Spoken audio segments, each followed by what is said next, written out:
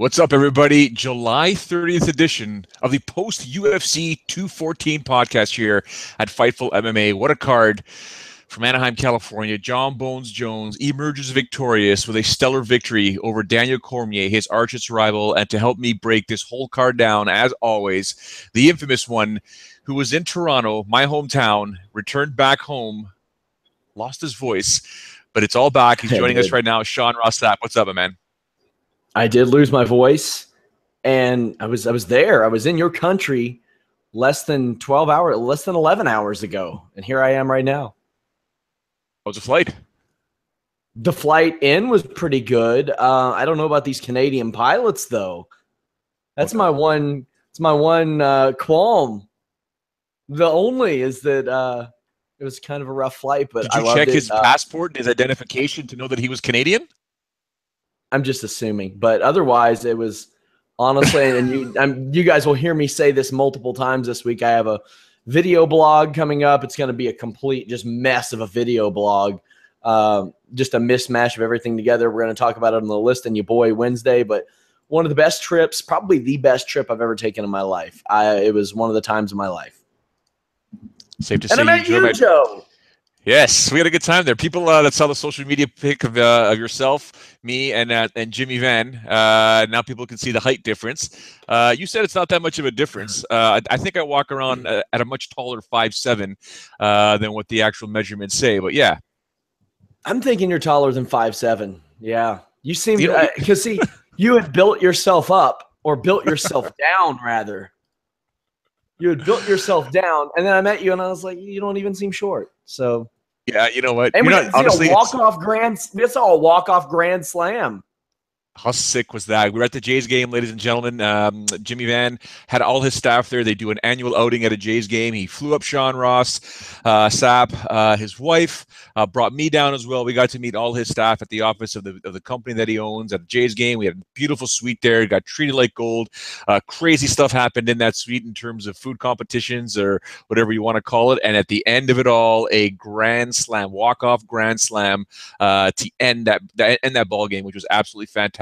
Just like UFC 214 was, with the exception, I think, of maybe one fight, which we will discuss momentarily. Now, I want to ask you this, though. Were you the party that was handling the Fightful MMA account tonight on social media, tweeting?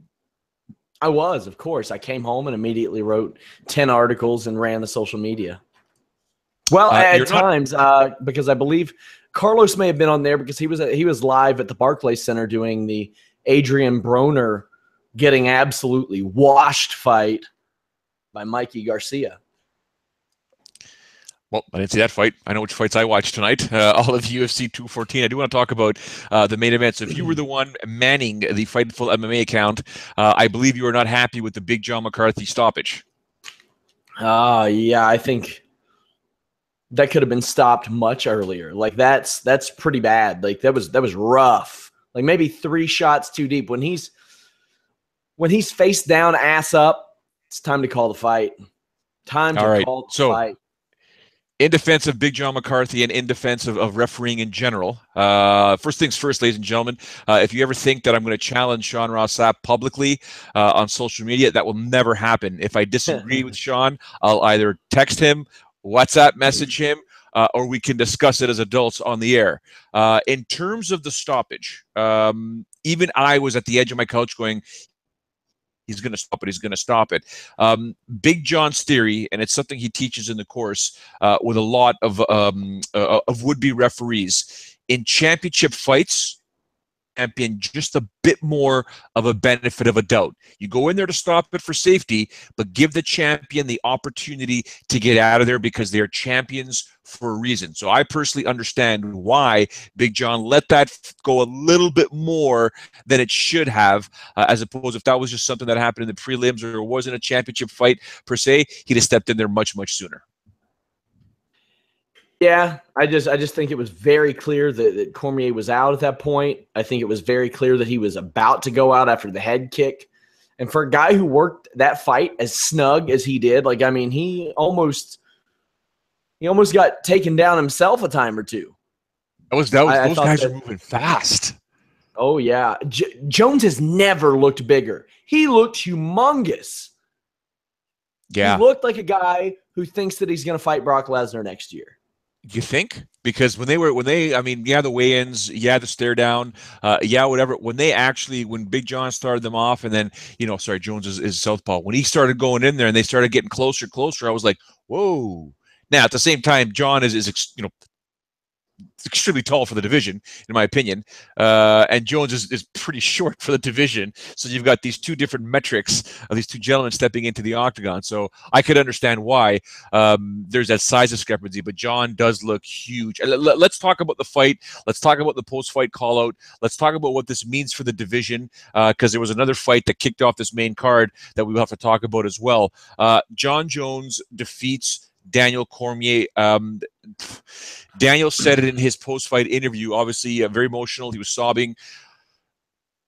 It's not a rivalry because John, won 2 fights. I disagree. It was a damn good rivalry. I don't think it's over unless DC, because I know for a fact, in speaking to DC when the UFC event when he fought Anthony Rumble Johnson in Buffalo, the almost the tunnel vision that he had for Jon Jones, as if that was the final step in his career. You and I talked about it on Tuesday on the Holy Smokes podcast. This was all he wanted. He just wanted to win this one fight versus Jon Jones, and he'd have likely hung up his gloves.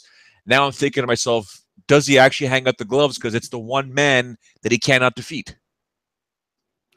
If I were him, I would parlay my previous success into, well, see, the thing is, I don't know if he would right now try to parlay it into a heavyweight title shot because his buddy, Kane, wants to be next in line. But if Miocic beats Kane, I'm raising my hand and I'm saying, give me this. Why not? What's the worst that could happen? You get beat. Okay, no big deal. You lose a heavyweight title fight. Then you can call it a career. Then you can become one of the best analysts in the world. And then, boy, do the UFC have a healthy group of analysts working for them then. But I'm not a part of this troll culture that's like, man, I love watching Daniel Cormier cry. I don't. I feel bad for the dude, even though I have no emotional connection to him. I understand his frustration. I think that often he does this to himself. Sometimes he kind of comes across as a bully. What I found is that a lot of people didn't like Daniel Cormier because he acted the way that many said that Jon Jones acted previously, holier than thou. He acted as if like this guy who messed up a bunch was above rehabilitation. And as we found out in the world, that's not always the case. And I hope for Jon Jones's sake, he stays that way. Here's an interesting note. Right now, the UFC Twitter has a poll up that says, who do you want to see Jon Jones fight next? Gustafsson, Ozdemir, Lesnar. It is 33 to 30 to 37 right now. Can you believe that? Yeah. And in the parentheses, they tried to sway it by putting, P.S. I feel like I know the answer to this. In the words of Joe Rogan, I think you'd be surprised, UFC Twitter. I think you'd be surprised. I think a lot of people know that Brock Lesnar can't fight until 2018. But, which, that was weird. There were people who are in the sport, in media saying, yeah, I'm going to watch Brock Lesnar fight Jon Jones at MSG. I'm like, not in 2017, you're not. Not unless it's a WWE fight. Oh, gosh. That's it. These are people in the media saying this? Yeah, it was weird. So, like, what I noticed early, DC landed, like, those overhands with regularity on Jones, but Jones didn't sell it at all. Like, he wasn't. If those hurt Jones, he's got one hell of a poker face because it didn't look like they affected him at all. I love that Jon Jones was, like, using the Machida elbows where he grabs the hand, almost, like, throws it to the side and then comes across with the elbow. And one of the first things I noticed, Joe, was the demeanor in the corners. Jon Jones's corner was calm. It was relaxing. He was breathing. In Daniel Cormier's corner, you had two guys aggressively shouting things at him while he was looking back and forth like, okay. I thought he won that first round too. And if he didn't, it was close. So for that kind of demeanor after that round, I thought it was unsettling. But hey, I'm not DC. Also, I'm not going to hold anything that DC did in that cage after that fight against him. I agree. That man was concussed. Yeah. And hopefully the commission doesn't fine him or suspend him for pushing John McCarthy. I'm sure John will probably step in and say, look, the guy was concussed. He got knocked out. He was emotional, blah, blah, because Daniel Cormier will likely look at that, love him or hate him, Sean. Fans can say whatever they want. Love him or hate him. Like you said, I saw you tweet that as well. Dude got rocked. Okay, dude got rocked. You're not thinking straight. You still can't touch an official. You definitely can't push an official. He did that. I'm sure he regrets it. I just hope they don't suspend him or fine him. I hope they don't suspend or fine him either. I don't. Because man, he didn't know what was going on. And if you're fining him, are you fining Jimmy Manuwa as well? Like, I mean, because Jimmy Manuwa tried to shoot a single leg takedown, maybe the first of his life, on a referee earlier in the night. So what, are you finding him too? No, of course you're not. That would be ridiculous. Why would you do that? What I want to know, Joe, is who do you think is next for Jon Jones? He called out Brock Lesnar, said, if you want to know what it's like to get your ass kicked by a guy 40 pounds lighter than you, come fight me. It's a good one to have on the docket for 2018 because I think even if Jon Jones loses, he can move up to heavyweight and fight Brock Lesnar, and that's a super fight. Yeah, you know what? I originally thought about this Jon Jones versus Brock Lesnar thing and said, just stop, guys, just stop. But as we know, we are in the era, you and I have talked about it at length. We're in the era of super fights. We're in the era of super fights, and we all know that WMIMG, the ownership of the Ultimate Fighting Championship, are looking to make back some big coin, hence the Mayweather-McGregor fight, because they're getting paid pretty good for that as well. We've seen some of the numbers, some of the ratings for their shows. They're dropping dramatically. The Jon Jones, Brock Lesnar would be an absolutely massive fight. It would be huge selling on pay-per-view, but it's not going to happen for a while. In terms of who Jon Jones should fight next, the rightful challenger is Volkan Ozdemir. Plain and simple. That's who I think as well. That's who I think as well. And we'll get into his fight later, but I think he's the best bet. I like that more than the Gustafsson fight for a couple reasons. I mean, Gustafsson looked great against Teixeira. That was a hell of a win, but I would like to see Ozdemir. They would capitalize. I hope they capitalize on that. Let's talk about some of the salaries here. Daniel Cormier made a disclosed $1 million for tonight. That's great. He's also getting a cut of pay-per-view. Jon Jones got $500,000 in show money, no win bonus. Of course, he's getting a cut of that pay-per-view. Tyron Woodley, $500,000, no win bonus, cut of pay-per-view, I would imagine. Maia, $110,000 for show. Cyborg, $200K. Evinger, here's a good one. Evinger made $100,000 tonight. Earned every damn dime of it, which we will also talk about. Lawler, $300K, which was an interesting split. 200 in show, 100 to win. Not something you see very often. Cerrone picked up $155,000 for show money. Ozdemir, 110. Or actually, yeah, 110. An 80,000 to show, 30,000 to win. Another weird split. 120 for Manuwa. Now I want to ask you, do you think that's the new way of some of these contracts, is that they're more front-loaded? Yep. Perhaps? Yep.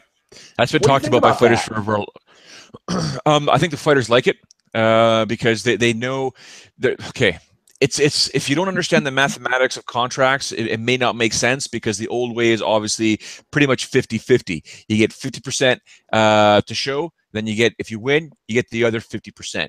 When in reality, the guys want to get paid more, and if they win, get a little bit of a bonus, right? So let's say 50,000 to show, 50,000 to win. If you win, you make $100,000. If you lose, you only make 50,000, right? But give me 75,000 or 80,000, and if I win, you give me an extra 25,000. That's more of a bonus structure, right? Give me a bigger paycheck, so I know I've got to pay for my corners, I got to pay for my manager. You know, everyone gets a cut, sort of thing. The gym, blah blah, my nutritionist, dietitian, all that kind of stuff. There, get it? Totally understand that. Give me a bit more money up front, and if I win, then give me a bonus. I think that's how all contracts should have always been structured, because I've never had a problem with a base pay, and then If you win, you get a bonus. If you finish, you get a bonus. We used to talk about back in the day when I was promoting with some of the events up here in Canada, if you finish in the first round, second round, third round, and then the type of finish, right? I took away the type of finish because I said there's no difference between winning by armbar or winning by knockout. It may be more exciting for the fans, but a finish is a finish. Right? But if you finish the fight first and you consistently do that, fans are like, man, you got to watch this guy or girl. Very, very exciting. Right? So I got no problem with these front-loaded contracts with a bit of a bonus at the end. As far as I'm concerned, when you talk about Tanya Evinger making $100K, man, she earned every penny of that. We'll get to that momentarily, but man, am I a huge fan. Sorry, I was already a big fan. I'm a bigger fan of hers now. Anything you want to close off on with the Jon Jones and DC scenario? Yeah, we were going to have updates from the press conference throughout this. That way you don't have to sit between those weird 10-minute wait periods. But yeah, any additional information that comes in, we'll address it. We'll be a little bit all over the place there. I would be willing to bet that the first 2 rounds of that Jones-Cormier fight had more strikes thrown than the entire Woodley-Maia fight. I understand why Woodley had to fight this way. And he had to against Thompson both times. But, you know, I kind of feel for him, but I kind of don't. He's like, you know, they don't market me. They don't market me. They don't market me. It's hard to market that. It is. And it's as much his – I don't want to say it's as much his fault. The stylistic matchup facilitates this type of fight.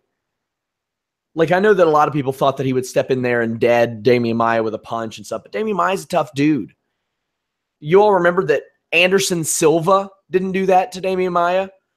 We're talking prime Anderson Silva, 15 pounds heavier, who fought at light heavyweight, didn't KO Demian Maia. So I don't know why. I mean, I know a lot of people were expecting Demian Maia, because he's older and stuff, to do that. I still think Demian Maia can win fights until he's 45. But he'll have trouble against the tip top. This was not a good fight. The least strikes in UFC history in a 5-round fight. I thought that Maia really just should have said screw it and threw some strikes with Woodley's hands that low. Like, what's the worst that can happen? You get finished. Okay, you were losing the fight. You were down like 4 rounds to none anyway. But Woodley had to keep his hands that low because of the relentless shots of Demian Maia. And I was very impressed because Woodley corrected the issue that I mentioned on the podcast, Joe, where he likes to rest a little bit after stuffing takedown attempts, because Maia did not give him time to do so. I was thinking as I was watching this fight, because it takes me back to a fight that when I was with the UCC back in the day, I think it was Jason Black versus John Alessio. And it was a very difficult fight to score because one guy was just constantly aggressive and the other guy was solely counterfighting or counter-punching or countering what his opponent was doing to him. We got into, I remember, a very in-depth conversation as to, well, who's really winning that fight? Because really it seems like one guy is fighting. One guy is making an attempt to make it a fight. And then the argument back and forth was, you know, well, one guy's more of a grappler. You got to be careful with the grappler because if he overcommits, and that's what Tyron Woodley was saying after the fight in his post-fight interview. To me, it was, you know, I found it difficult watching the fight, not because many people thought it was boring. It wasn't an exciting fight. Let's not kid ourselves. But it was like Demian Maia was the one technically trying to fight, whereas Tyron Woodley was more or less, you're going to do that, I'm going to do this. You're going to do that. He was more reaction to every action that Demian Maia was doing. So when it comes down to, but then again, now we're starting to look at damage, right? So if you try to take me down 17 times, but I hit you in the face 4 times and your face is a complete mess, who won the fight? Yeah. Right? That's one of those things. So Tyron Woodley, in my opinion, is not going to be marketed by the UFC. After seeing that, like, how do you, like, what do you take in that fight? You got to get your editors, as an example, to go through 25 minutes of fighting and find the 4 significant strikes that were landed, or 7 significant strikes that were landed, whatever, like real significant strikes that you saw Demian Maia sort of fall back or sort of like, oh wow, you got rocked right there. You know, you're a world champion. In 25 minutes, you should be destroying your opponents, technically speaking. I understand why Tyron fought like that, but if you choose to fight like that, don't expect to be loved. Don't expect to be promoted. I'm completely with you. I'm with you. And if they put him up against GSP, prepare for another fight that is the exact same that we saw tonight or against Thompson. And, you know, if he was against a Masvidal or a Cerrone, then maybe it would be a little bit different. But, you know, I'll ask you, where does Maia go from here? To me, endless options for him if he wants to keep fighting. I'm sure he does, because why wouldn't you want to make six figures to go in there and probably not get hit? Because he lost a fight 5 rounds to none probably and still barely got hit.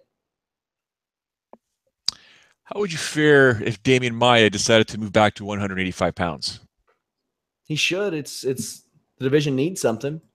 Yeah, he would be a nice infusion back into that division. I mean, you look at the top of that division, whether it's Michael Bisping, now he's already fought Chris Weidman. We saw that fight already once. But, you know, I would love to see Damian against the likes of Michael Bisping or Robert Whittaker, heck, Yoel Romero or Jacare. Imagine Jacare versus Damian Maia. Come on. And there aren't a ton of overwhelming wrestlers, like grinding wrestlers and stuff like that he would run into trouble with. There are a lot of guys that could have fun fights. I mean, him versus Vitor Belfort could be a fun fight, or it could be like what we saw tonight. I don't know. Damn. Yeah, it's a bummer, because I mean, I said it from the moment that fight was announced. I was like, I'm not looking forward to this fight, Joe. I'm not gonna ever look forward to this fight. The components were there to make an all-time boring fight, and unfortunately, that's what we got. Yeah, you know what? You're bang on, because I thought to myself, I legit thought Damian Maia was going to get a takedown or two, you know, only because the other thing was funny was I was getting messages. He almost did. Yeah, I was getting messages on my social media that Damian Maia has the worst takedowns ever. And I thought to myself, well, nobody was saying that before, you know. And then Joe Rogan, I think towards the end of round 5, that, you know, does this one style, has the ship sailed on this one style type of fighter? I'm thinking to myself, dude, he's in a world title fight. It got him to a world title fight. He's been perfectly fine up until now. Now that it's not working, it sucks. It's terrible. The ship has sailed and people are ripping it. Like Damian Maia, you and I talked about Damian Maia's takedowns on Tuesday's Holy Smokes podcast. You know, it doesn't look technical, but he's extremely basic. But what he does is he's got chain takedowns, because if he'll go after this, if you do this, he'll do that. If you don't do that, he'll do this. And eventually he'll take you down. Tyron Woodley did an absolutely stellar, fantastic job of defending those takedowns. I thought for sure Damian Maia was going to get at least a takedown or two, and we'd have some fun with the backpack position. It didn't happen. So you got to give credit to Tyron Woodley there. But to tell me that Damian Maia's takedowns are terrible because they're not technical, man, no one complained up until today. Sorry, but I didn't see any complaints from anyone up until tonight's fight with Tyron Woodley. And all of a sudden, this one-dimensional fighter is now outdated and the ship has sailed. I'm sorry. He was the greatest thing since sliced bread leading up to this fight tonight. So, come on, stop. I think Tanya Evinger is the greatest thing since sliced bread. Told everybody she was going to make it more of a fight than they expected. I mean, she wasn't going to win, but she did take down Chris Cyborg. It's not a blueprint, but it's a little thing people can point at and say, look at this. Check this out. Maybe pay attention. So Chris Cyborg whipped her ass really bad, and we're going to have updates from both of their pressers since they're up right now. Evinger took Cyborg's best shots, I thought, in those opening 2 rounds and stood up. And it's like she got hit and she was like, that sucks, but I'm still alive, so I'm going to turn around now. She's so good at making fights messy and then capitalizing on that situation. She rolls with punches well. Cyborg even telegraphed some of her strikes, but otherwise showed great improvement. It's like what I said on the show, on the previous show, our Holy Smokes MMA podcast, Tuesdays at 3 p.m. Eastern. She has adjusted her game for the UFC, even though up until now, really the quality of her opponent hadn't drastically improved. She strikes at range a lot better. Cyborg's footwork is a lot better. It was real good tonight. What I used to think had a little bit of a hole in it, her footwork, now I don't think does. Evinger did what she could to stay away from Cyborg. Like, she threw all of her strikes off of her back foot, and then when she finished, she was looking for ways to get out, ways to exit. But pretty early into the fight, it was very obvious that she was throwing overhands to disguise shots, and Cyborg figured it out. And when Cyborg saw the overhand coming, it seemed like it happened over and over again. She wouldn't even put her hands up to block it, Cyborg wouldn't, because she knew it wasn't being thrown with any real intent. So what you would do is you would see Cyborg's hands go down to anticipate getting the underhooks in. And because she already had those arms down to get the underhooks in, that left her wide open to knee Evinger to the body over and over and over. That's obviously what, I mean, we saw how it ended, but those built up. Those knees built up. And I'm real happy to see MMA have so many, like tonight it seemed like there were knees to the body all night long. And just a few years ago, it didn't seem like that we were seeing them that much. So I'm really happy with that adaptation. What'd you think about this, Joe? Well, yeah. First things first, everyone on the live chat there, top right of the screen, thank you very much for everything you guys are posting. I'm reading as we go along here, and I'm sure when I speak, Sean's doing the exact same thing. I'm noticing people are getting blocked, and I'm seeing some lemons on there, lemon heads, cheese heads, dumbasses, trolls.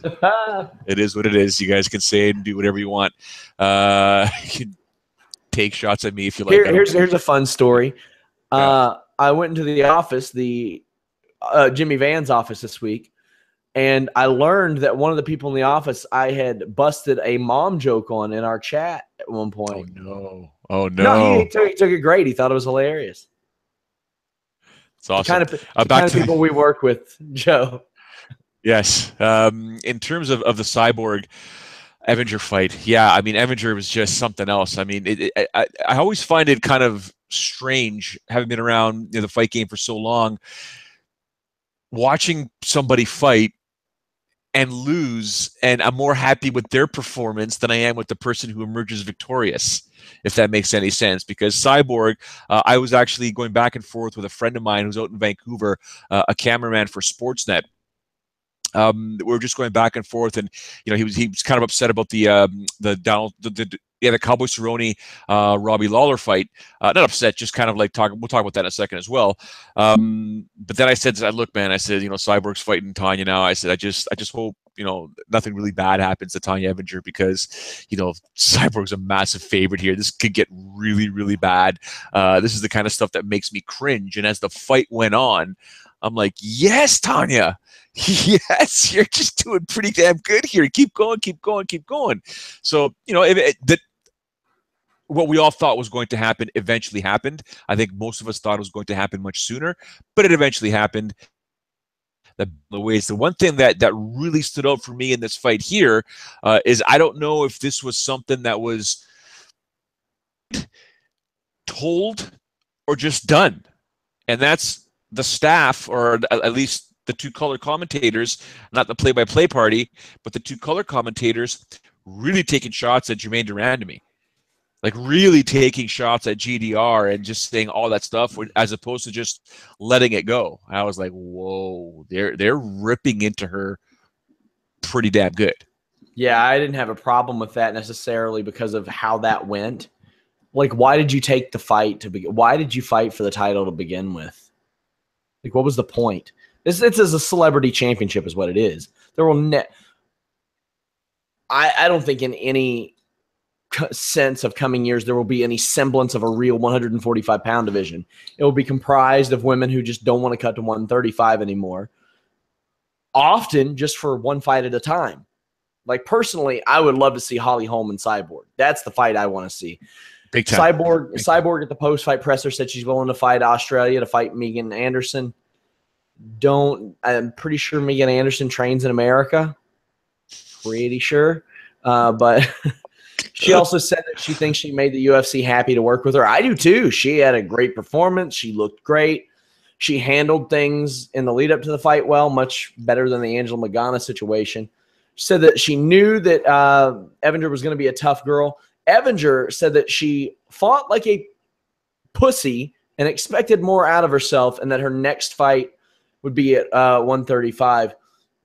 And she said that she at least wanted to go to the distance. But I thought that given short notice and fighting up a weight class and who she was fighting, I think Tanya Evinger made a lot of people fans of her tonight.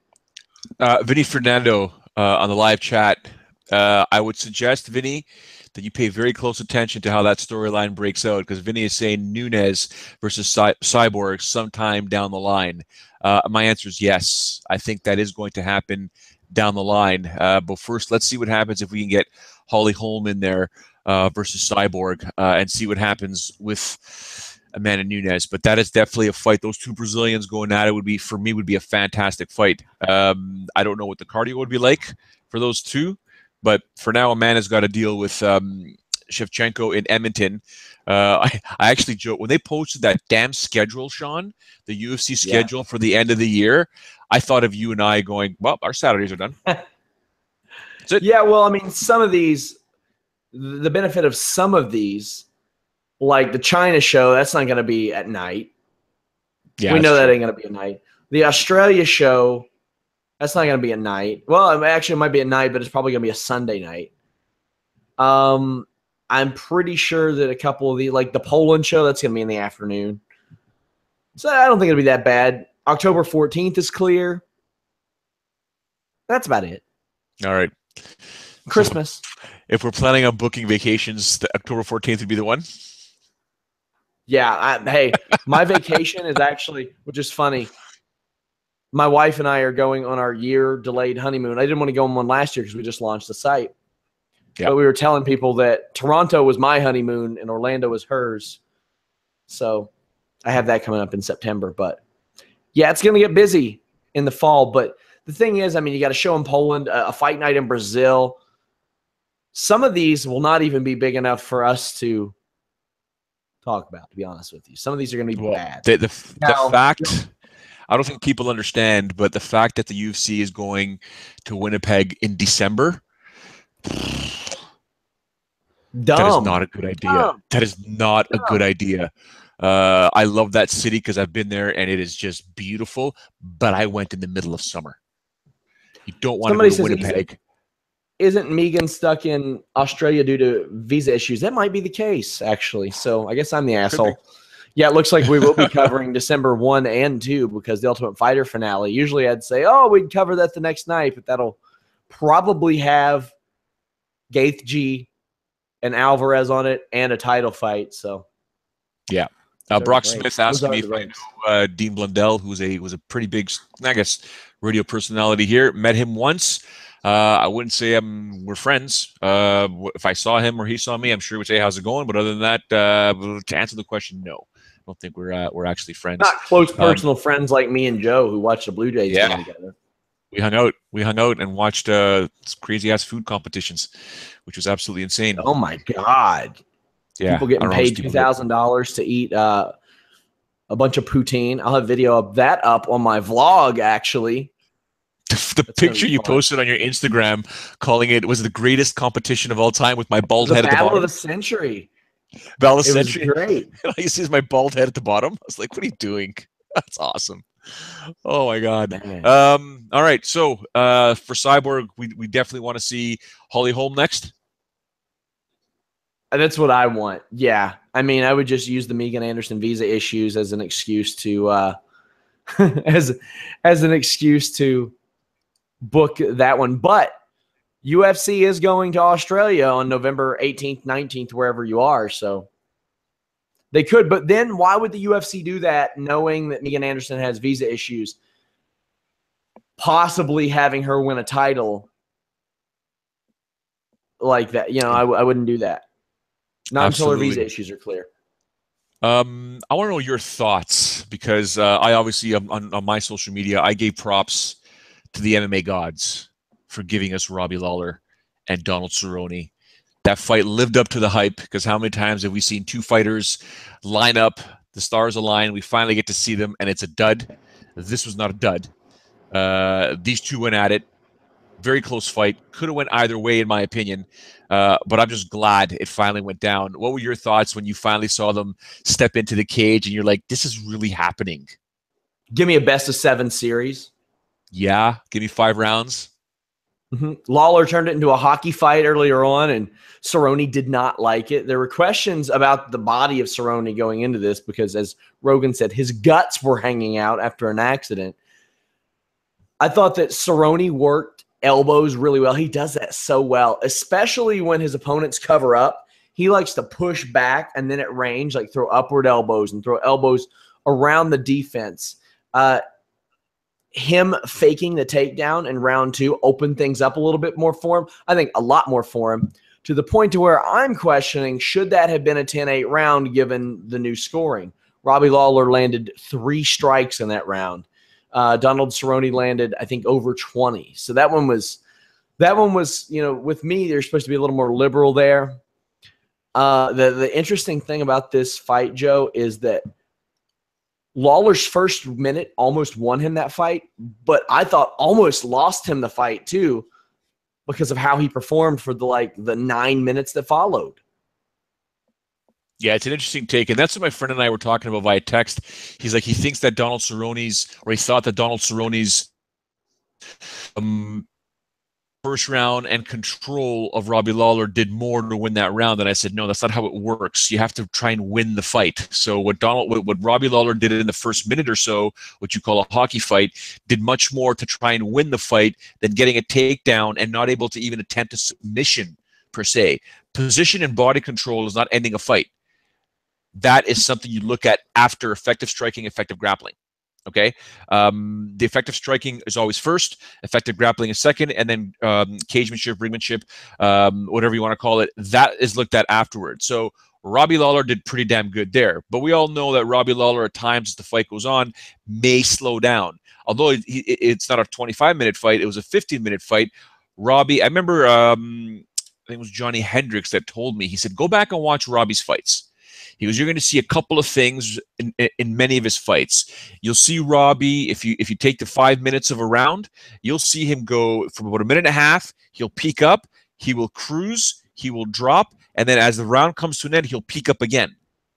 And that's psychology in the judge's eyes. I said, you know what, that's a genius move, because I know other fighters, Canadian fighters that do that, where they'll win the round early, be okay, sort of coast midway through the round, and as the round comes to an end, explode again to go back into the judge's eyes and say, yep, that guy won the round, or that girl won the round.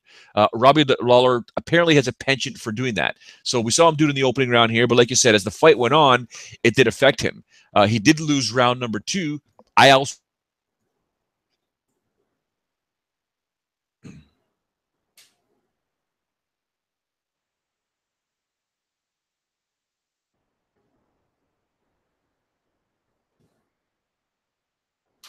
Joe, I lost you.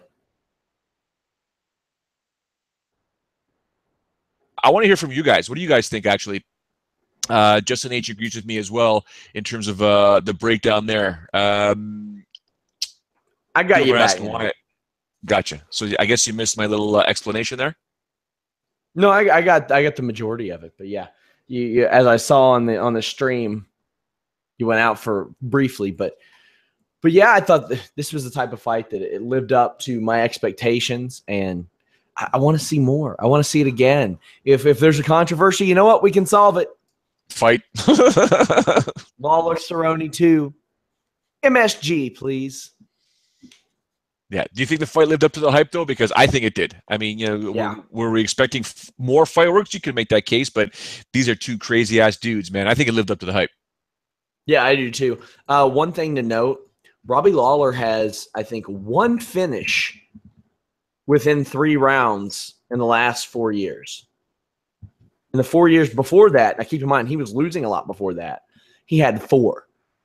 So with age, we're seeing some of that power go away. Which is Robbie weird Lawler. Because speed goes away before power. Yeah, I think they're both going away for him. I do. I mean, but he made the fight his fight, and I mean, I don't think he's a bad fighter or anything. I just think that the speed's going, the power's going. It's just unfortunately the way it is, but he's still putting on good fights and he's still winning fights. So sure. Speaking of guys that are winning fights, Sean Ross Sapp, I'm at Titan FC. They're off to the weigh-ins. They're going to that beautiful yacht to weigh in, and I get the call. Hey, man, the card changed. I said, why did the card change? We lost our co-main event. We lost our heavyweight fight. What do you mean? What happened? Well, Volkan Ozdemir got called to the UFC. Okay, he goes, and I get told, just be ready when he's going to come on the broadcast tomorrow, and he'll join you and Kamaru Usman, and you can ask him about the fight. He's fighting OSP. Don't tell anybody. Okay, we'll break it on the show. No problem. Okay, sitting there, me, Kamaru Usman, Volkan Oezdemir, and I'm literally looking at Volkan. I'm like, dude, you got 2.5 weeks to make 205 pounds. I think it was less than 2.5 weeks, actually. But anyways, you got 2 weeks to make 205 pounds, and you're fighting OSP.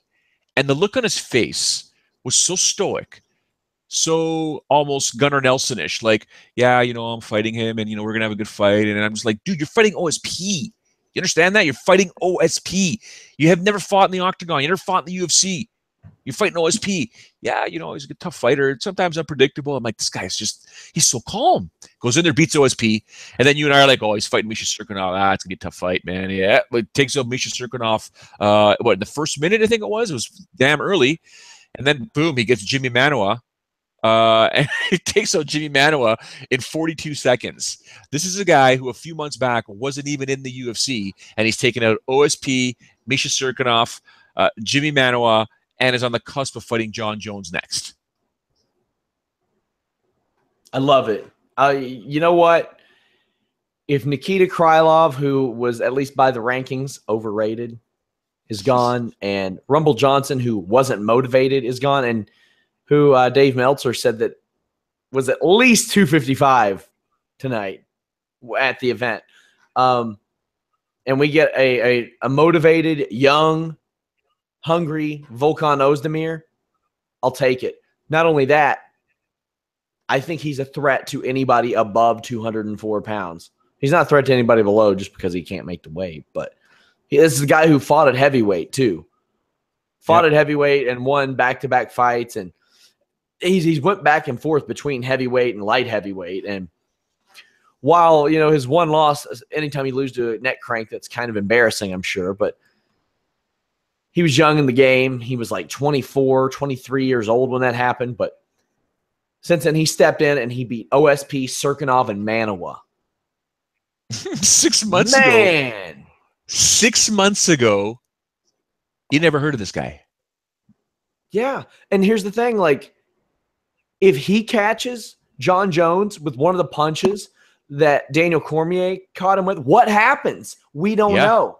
Because we've seen Volkan Oezdemir in 42 seconds and 28 seconds, respectively, land shots on Manuwa and Cirkunov, respectively, that should not have knocked them out.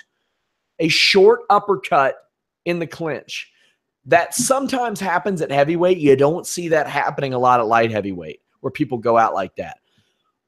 The shot that knocked out Misha Cirkunov probably shouldn't have knocked him out at all. But even Oezdemir said it. He goes, I don't know what's going on, but something's going on. That was pretty cool.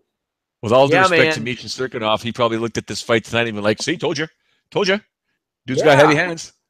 Sure. I'm for it. I like it. Strike while the iron is hot.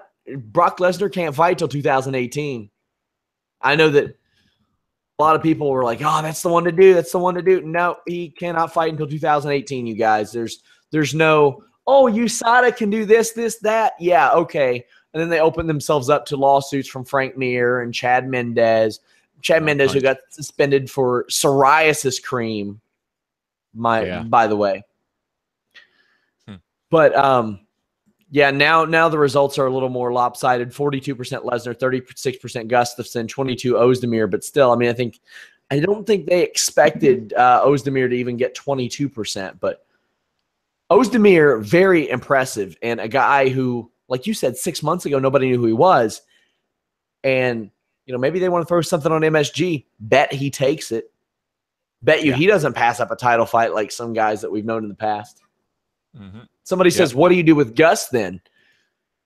Well, Gustafsson doesn't necessarily like to fight that often as is. So Gustafsson won't fight Manuwa because they're training partners, and that rematch with DC is a possibility.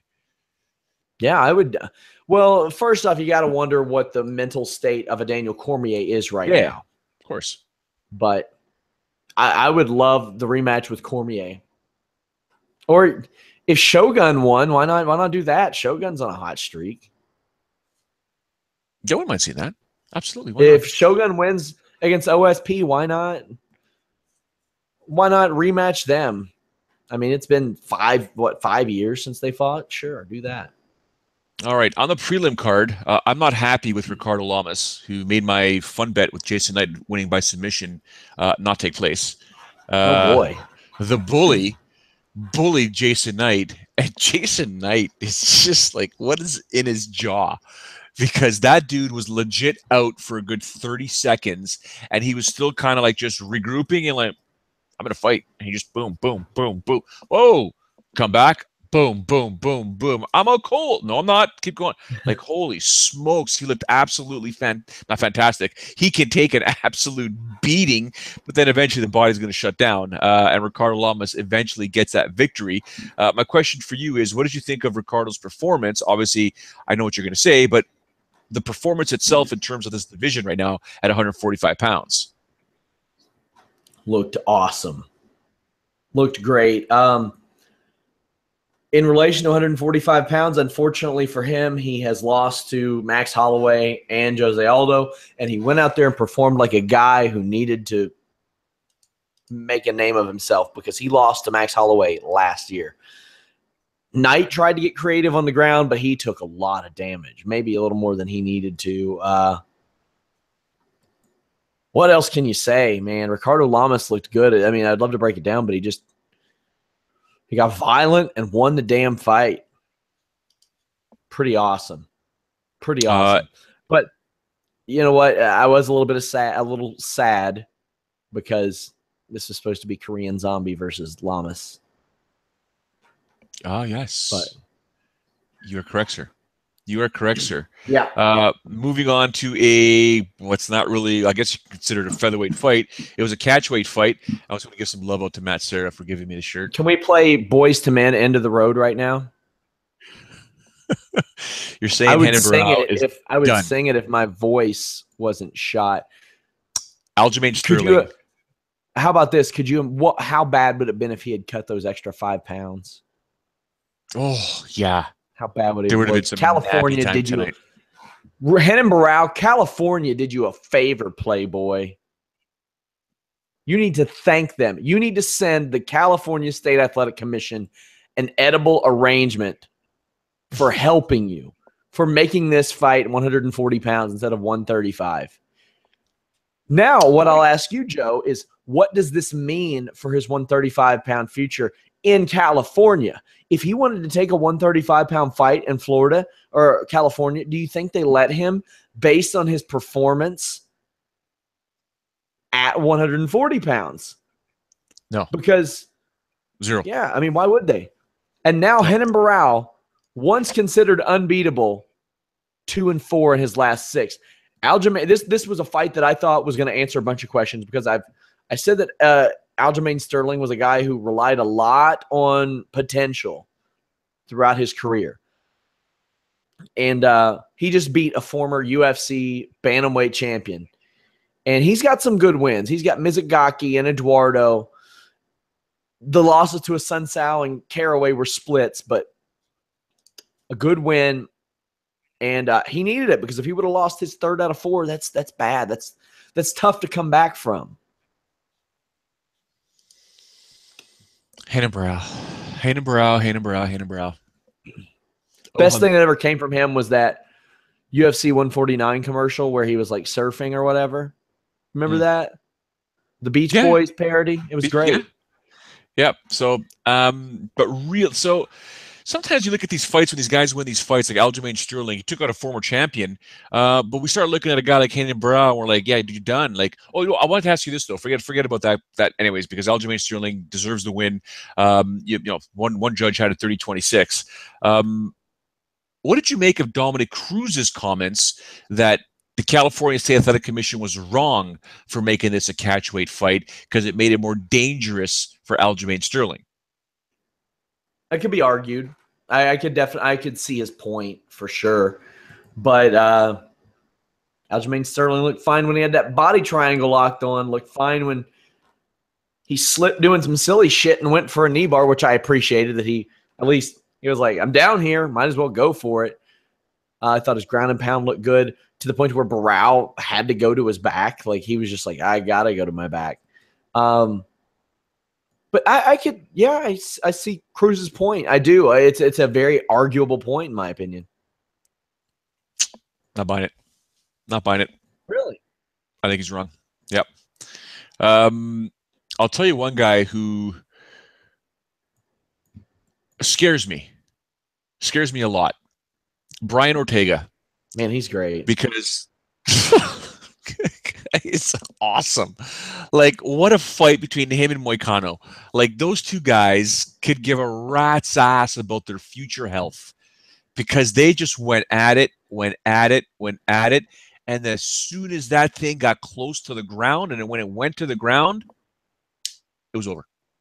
It was over. Ortega is a bad man on the ground with his Gracie Jiu-Jitsu, and his striking is just, he'll sit there with the pocket with anyone. I believe his corner was basically saying, dude, what are you doing? Get this fight to the ground. Stop playing with this guy. Get down on the ground. And as soon as it happened, guillotine, done. See ya. Thanks for calling. I mean, what did you think? 5-0 in the UFC. His win before that, I remember, was a win against Keone Koch, who was Eric Koch's brother. Pretty good win there, too. That was a close fight. RFA Featherweight Championship. I'll never forget that. But he jumped into the UFC. It's unfortunate he had that positive drug test. But Brandao, Guida, and Renato back-to-back. Thiago Tavares before that. Like, he's fought some dudes that if he got beat by, you'd be like, that's forgivable. Sure, that's forgivable, but he keeps finishing people. And at featherweight, to finish 5 guys back to back, man, that's something to keep your eye on. 26 years old, that's something to keep your eye on. I really like Brian Ortega, and I think he's a guy to watch in that division. It's crazy to think boom, top 10 featherweight fight right there. Like, I almost forgot those two guys were even in the top 15, much less the top 10, which is good because that revolving door, we're getting that revolving door situation at the top of featherweight where everybody's been beaten by the guy that's on top, it seems like. And even the guy that's not on top, Jose Aldo, has beaten everybody too. And Jose Aldo said, I'm not done, and I'm not done at featherweight too.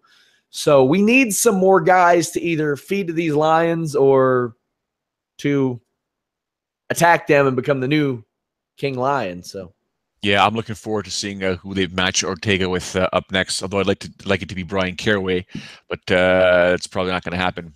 We can get into that. Well, that's at bantamweight. Ortega's at featherweight. Featherweight, yeah, sorry. Well, I mean, you're just as likely to get Brian Caraway to take a fight at featherweight as you are at bantamweight these days. So yeah, very true. Calvin Kattar comes in there, takes out Andre Fili.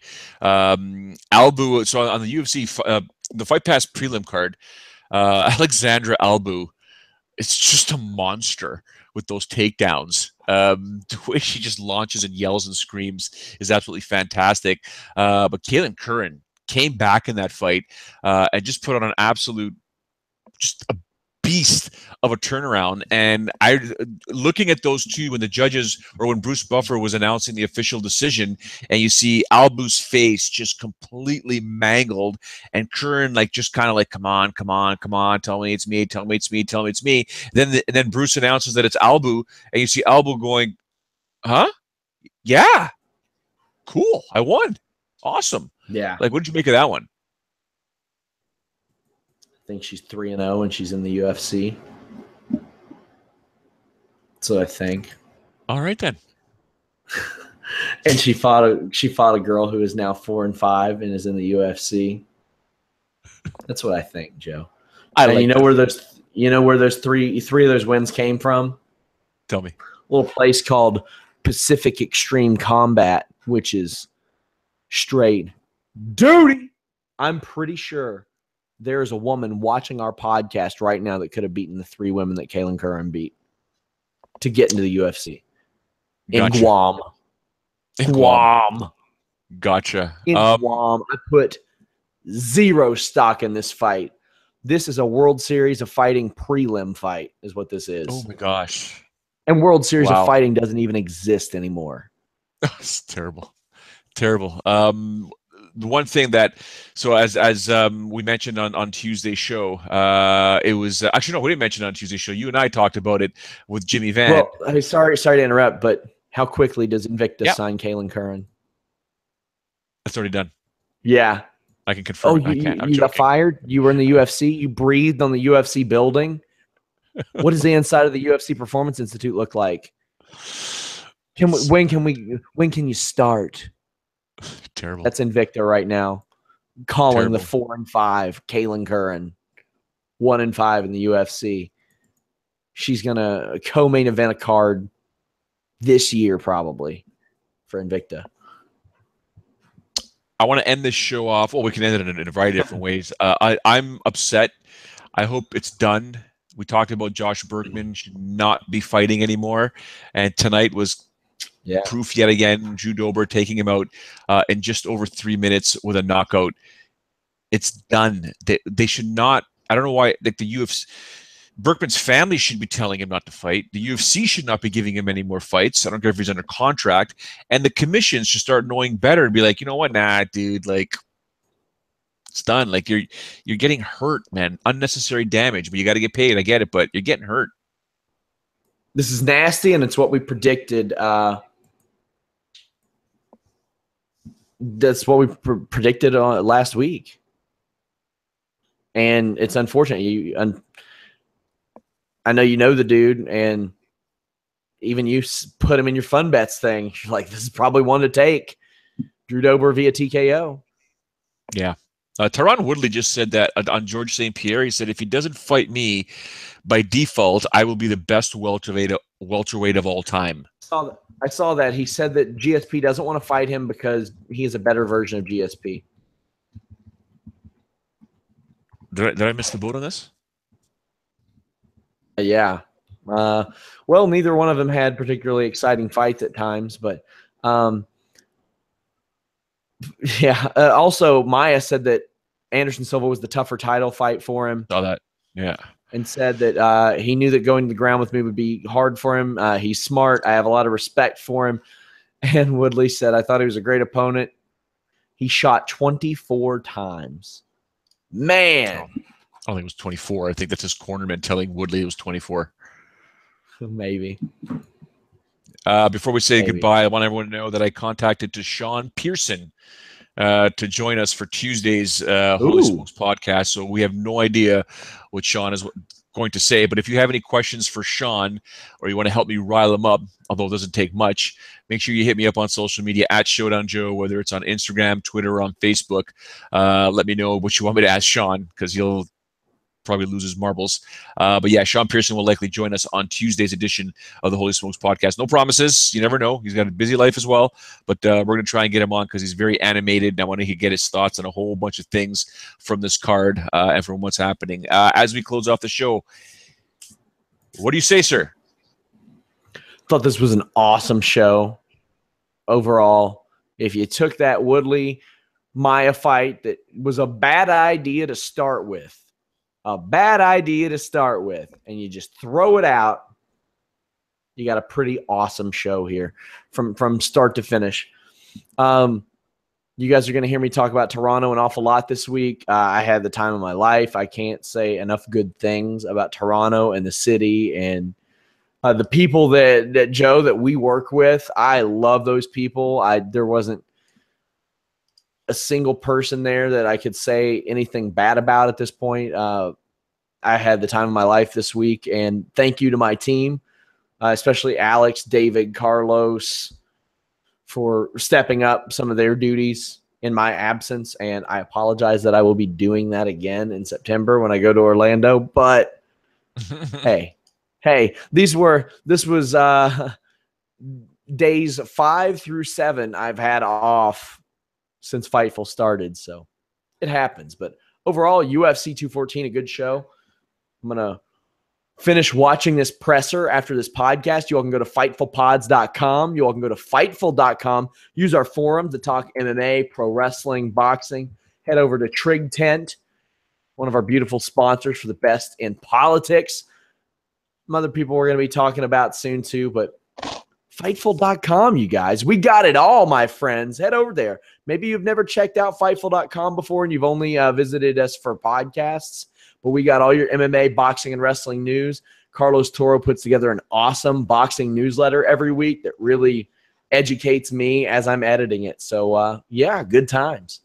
Absolutely. Don't forget, every Tuesday, guys, girls, everyone on the live chat, everyone tuned in right now and on Stitcher and on iTunes, the Holy Smokes podcast with yours truly and Sean Ross Sapp. Give him a follow at Sean Ross Sapp. Don't laugh at his Instagram posts. They're silly, but they're funny. My Instagram is legit. Legit dumb. No, it's legit. It's good. It's awesome. I laugh every time. It's so random. It's so random. It's just fantastic. But yeah, give Sean a follow at Sean Ross Sapp on all social media. Yours truly at Showdown Joe. And from my end at Fightful MMA. We want to thank everyone who tunes in all the time after a UFC event. We thank you very much. Thank you to those who join us on Tuesdays. Tell a friend, download it, like it. I don't care if it's 1 star, 5 stars, whatever you got to do. Thumbs up here on YouTube, on the Stitcher and on the iTunes side. Give us feedback, man. Let us know your thoughts. Give us some feedback. You want us to continue doing things, changing things? Let us know, man. We love the feedback, but at least take the time to rate us. We really appreciate it. Give us a thumbs up on the YouTube side. We sincerely appreciate it. Like I said, Sean Pearson will join us. Hopefully will join us on Tuesday, and we all know it's going to be an absolute disaster because it doesn't take much for me to rile him up. He'll rip me. We all know he's going to rip me for something. I mean, the guy lives 2.5 minutes north of me, so it's just going to be stupid, but whatever. It's Sean Pearson. I love him. He's a great guy, but we thank all of you for joining in. Tuesday, 3 p.m. Eastern, Holy Smokes Podcast. But for now, we say thank you for joining us, and we do say ciao for now.